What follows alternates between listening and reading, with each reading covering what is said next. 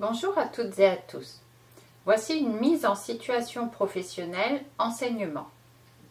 Les parents d'un élève de CM2 refusent que leur enfant aille à la piscine car il a peur de l'eau. Bien entendu, c'est une situation compréhensible. Elle ne pourra pas se résoudre rapidement pour une séance ayant lieu le lendemain par exemple. Voici les pistes de réponse et arguments que je vous propose. Premièrement, en informer le directeur ou la directrice d'école et non pas demander au directeur ou à la directrice de résoudre cette situation car vous devez assumer vos responsabilités.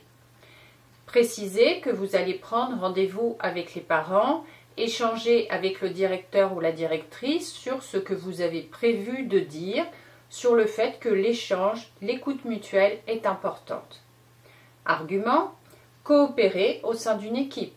C'est une compétence du référentiel de compétences professionnelles de l'enseignant de 2013. Deuxièmement, information importante dans l'énoncé, l'élève est en CM2.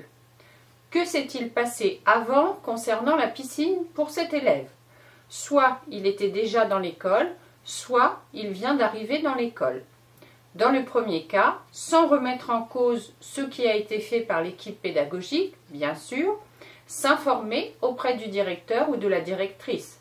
Dans le second cas, prendre contact avec l'école précédente. Argument, la continuité éducative, citée dans toutes les grandes lois d'éducation, particulièrement la loi pour une école de la confiance de 2019, concerne la lutte contre les inégalités, l'assiduité scolaire, etc. et le référentiel de compétences professionnelles de l'enseignant de 2013, qui indique agir en éducateur responsable selon des principes éthiques par exemple. Troisièmement, prendre un rendez-vous avec les parents afin d'échanger avec eux sur les blocages de leur enfant. On ne les convoque pas, on les invite à un horaire compatible avec les leurs et les vôtres. Vous allez privilégier le téléphone, car un mot écrit risque de les bloquer. Il est nécessaire de les rassurer afin qu'ils ne soient pas en stress, ni en colère, et qu'ils refusent le rendez-vous. Si vous le connaissez, vous pouvez faire référence au bulletin officiel de 2006 sur les relations parents-enseignants, ou plus simplement à la loi d'orientation de 1989. Argument. Les enseignants et les parents œuvrent pour l'éducation des enfants. Les parents sont membres de la communauté éducative, qui regroupe les élèves et tous les adultes qui travaillent auprès d'eux. La participation des parents à la vie de l'école et le dialogue avec les enseignants sont obligatoires. C'est indiqué dans ce fameux bulletin officiel d'août 2006. Bien se rappeler de la phrase, pas obligatoirement du bulletin officiel. On peut, en attendant, échanger avec l'enfant sur le sujet, s'il le souhaite. Argument, c'est le bien-être de l'enfant. Toujours maintenir la communication avec un élève. Cela évite l'échec scolaire. En cas d'échec scolaire, la communication est coupée entre l'élève et les professeurs, ou le futur décrochage. La mise en confiance est importante pour régler le problème. S'appuyer sur les réussites de l'enfant, les matières où il est bon élève, ou bien ses passions. Faire ressortir le négatif ou le problème en tournant uniquement autour de cela va contribuer à ce que l'enfant entretienne une mauvaise image de lui-même. Mettre en avant, si cela n'a pas été fait en classe, les bénéfices du savoir nager en sécurité, surtout justement l'aspect sécurité, secourisme pour soi, pour les autres. Mettre en parallèle avec un autre apprentissage long, comme apprendre à écrire, apprendre à faire des multiplications. Le fait de ne pas réussir tout de suite, mais surtout l'adaptation de l'enseignement du professeur des écoles aux difficultés de l'élève. C'est la pédagogie différenciée. Ne pas tenter de convaincre pour que l'enfant fasse comme tous les autres, ou bien dans le sens de l'enseignant, mais montrer que l'enseignant s'adapte aux élèves et prendre d'autres exemples dans d'autres disciplines si possible. Quatrièmement, lors de l'échange avec les parents, montrez votre compréhension afin que les relations soient saines et de confiance. C'est la compétence 12 du référentiel coopérer avec les parents d'élèves, œuvrer à la construction d'une relation de confiance avec les parents. Mais indiquez également que la piscine fait partie de l'EPS, savoir nager en sécurité, et que, comme les cours ont lieu pendant le temps scolaire, Donc pour rappel, le temps scolaire, c'est entre 9 h et 12 h ou 8h30, 11h30, 13h30, 16h30. Eh bien, c'est une activité obligatoire, comme les mathématiques ou l'histoire, inscrite à l'emploi du temps. Et c'est donc une obligation pour vous de respecter les temps d'enseignement dans les programmes en vigueur, donc de 2020 avec le cycle 2, cycle 3, cycle 4. Les arguments sont droits et obligations du fonctionnaire, avec l'obligation d'obéissance hiérarchique, et l'obligation du suivi des élèves, c'est-à-dire contrôler les présences et les absences sur le cahier d'appel et transmettre les absences non justifiées au directeur. À ce titre, l'école informe les parents de cette activité pour la piscine, mais leur autorisation n'est pas requise du moment que ça a lieu pendant le temps scolaire. C'est donc une activité, une sortie régulière, inscrite à l'emploi du temps.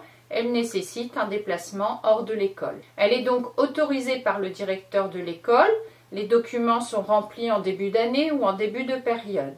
La famille est informée du jour, des horaires, du lieu.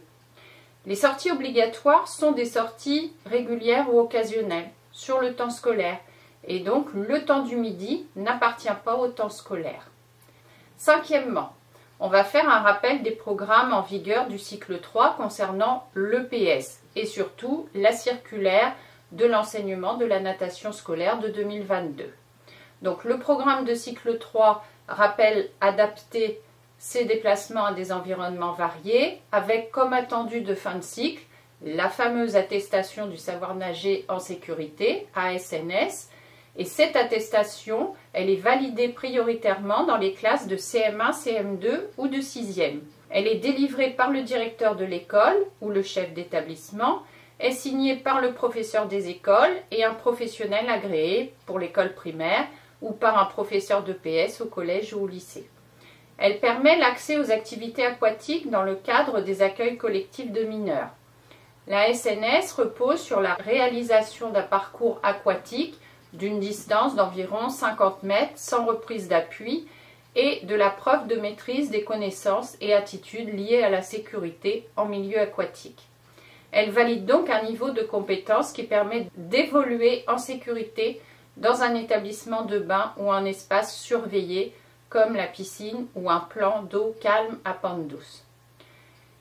La circulaire de 2022 prévoit qu'il appartient à l'école, au collège ou au lycée de mettre en place des actions destinées aux élèves non nageurs dans le cadre des dispositifs d'accompagnement et de soutien. La singularité et la spécificité des obstacles qui sont rencontrés par les élèves non nageurs, y compris les élèves en situation d'aptitude partielle, sont prises en compte dans les formes de groupement et l'organisation du taux d'encadrement. Les professeurs contribuent à la répartition des moyens et à l'occupation des installations. Sixièmement, on peut leur proposer d'être accompagnateurs bénévoles pour les rassurer. La circulaire donc de natation scolaire de 2022 précise que les adultes bénévoles qui assurent l'accompagnement de la vie collective mais n'interviennent pas dans une activité d'enseignement ne sont pas soumis à l'agrément préalable. Toutefois, leur participation est soumise à l'autorisation du directeur d'école. Un accompagnateur bénévole ne peut se retrouver isolé avec un élève.